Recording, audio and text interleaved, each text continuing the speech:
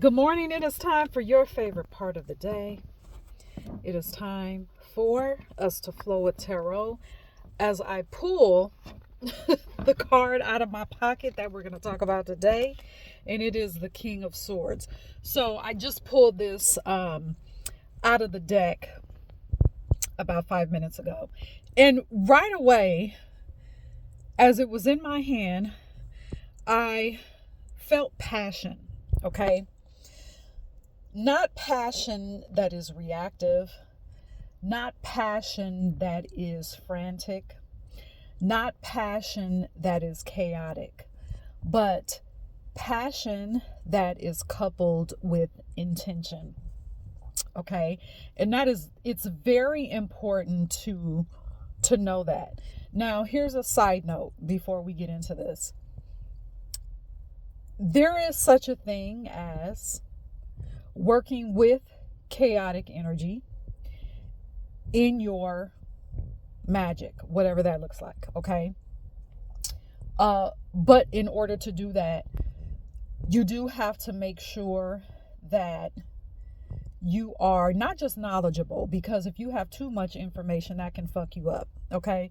But knowing how to apply the knowledge, knowing how to apply the information, you have to be stable in that if you are going to use chaos in your working. Okay, I just wanted to throw that out there. And perhaps I'll just focus on working with chaos energy in another episode. Okay, because that does deserve its own focus. Okay, but going back to the King of Swords. Okay. So King of Swords has passion with intention. This couple, passion and intention, is powerful, needless to say. Okay, but I'm saying it anyway. It is powerful, and that is what leads to desired end, a desired result, a desired destination. And you can apply that to anything, not just your working, not just a ritual, not just a spell, but you can apply that to whatever it is that you're doing. You can apply that. You can bring passion and intention into your everyday actions, because again, this channel is called Magic in Motion, and it's designed to inspire you, to get you to reconnect and with your magic first, and apply that and apply your spiritual tools to every single part of your life while you are taking action, while you are in motion. Whether you are out walking, whether you are sitting in the airport waiting to take your vacation, waiting on you to board your plane, if you are moving, literally moving from one house to another home, or from city to city, country to country, whatever that looks like, motion. All right. Your magic is in motion because you are it. You are the spiritual tool. Okay. So I digress again. But the passion and your intention, you can apply to every single aspect in your life. You can apply it to the way that you communicate. Firstly, to yourself. First, to yourself. Communication with yourself, for yourself, is the most important thing. Why? Because you have to pay attention to the internal conversation that is going on. You have to pay attention to that internal conversation that is taking place, because that will give you a very good sign of what's happening within your subconscious. That will tell you what's happening within your nervous system, within your body. That conversation that is happening on the inside of you. All right. That also helps with and I keep talking about communication, and probably because the sword symbolizes air, which is connected to your voice. Okay, so that makes sense. But you can be, have you ever, let me use this example. We have all probably, I know I have, we've been in conversations where it is a topic that we either know a lot about or we're interested in, and we, even though we may not know a lot about the topic, we're still passionate about it because it is captivating to us for whatever reason. It's interesting to us. So perhaps we're in conversation even if we don't know anything about that topic, and we're actively listening. We're engaging whomever has the information that we want about said topic, and we're asking questions. We're passionate about the questions that we're asking because this is something that we're interested in. Okay? Even in your passion, in your communication, it still needs to be coupled with intention, not chaos, not franticness. Why? Because if you are speaking on this topic, perhaps you could just be involved in verbal diarrhea. And you're just talking.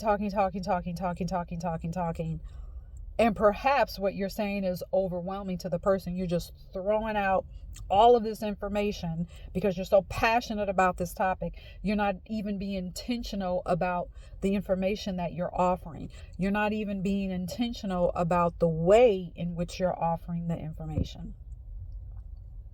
So that's one example. The other side of that I said was, you could still be passionate about a topic and not know a lot about it, and you're engaging with the individual or individuals that has the knowledge about the topic, and here you are in your passion, not coupled with intention, and you're just taking all this information, not stopping to pay attention to your body and paying attention to the information that you are entangling your energy with.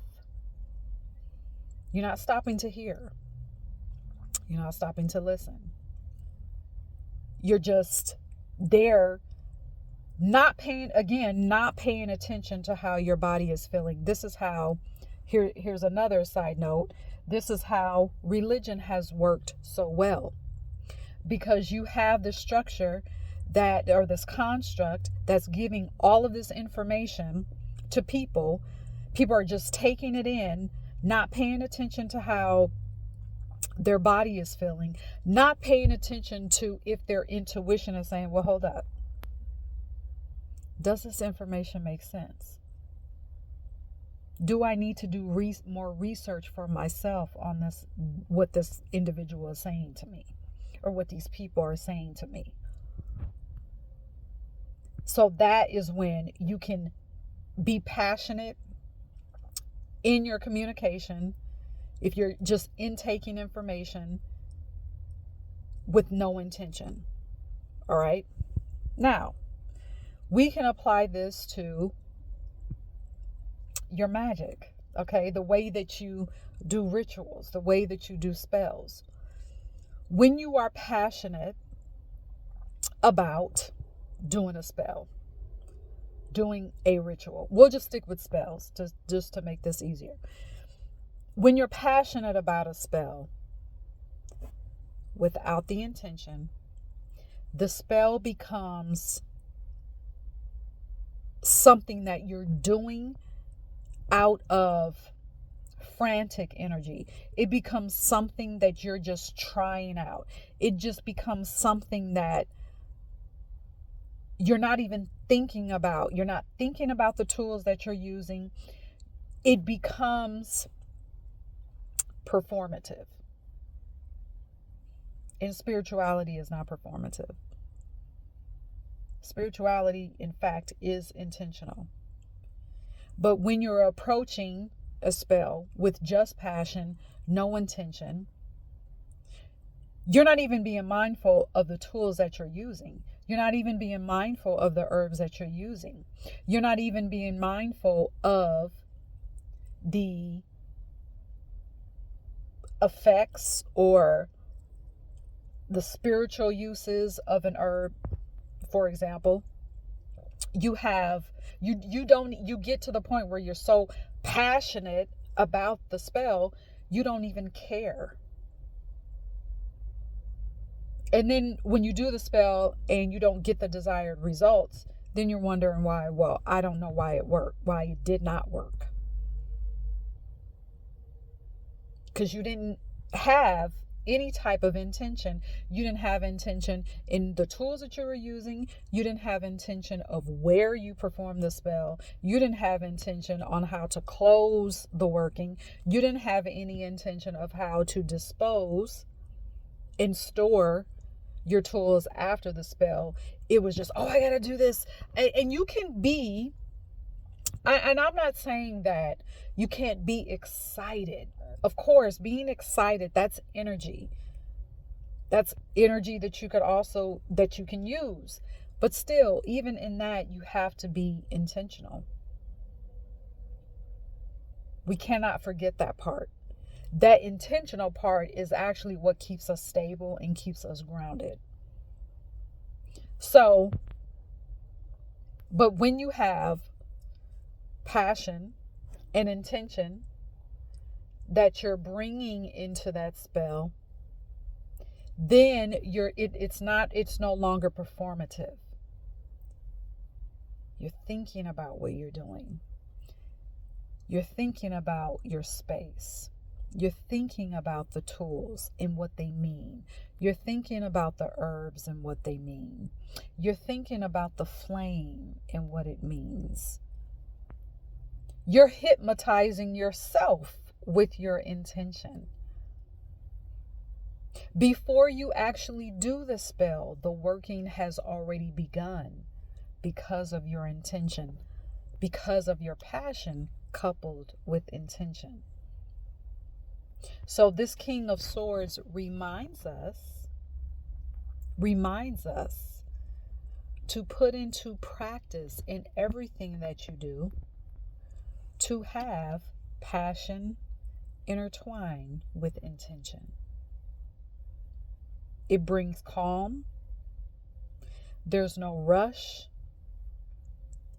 It bring the most important thing I'm taking from this is that it keeps those two together, working in tandem, brings us it brings a grounding energy, which is very important in spirituality, which is very important in magic, which is very important in the realm of metaphysics.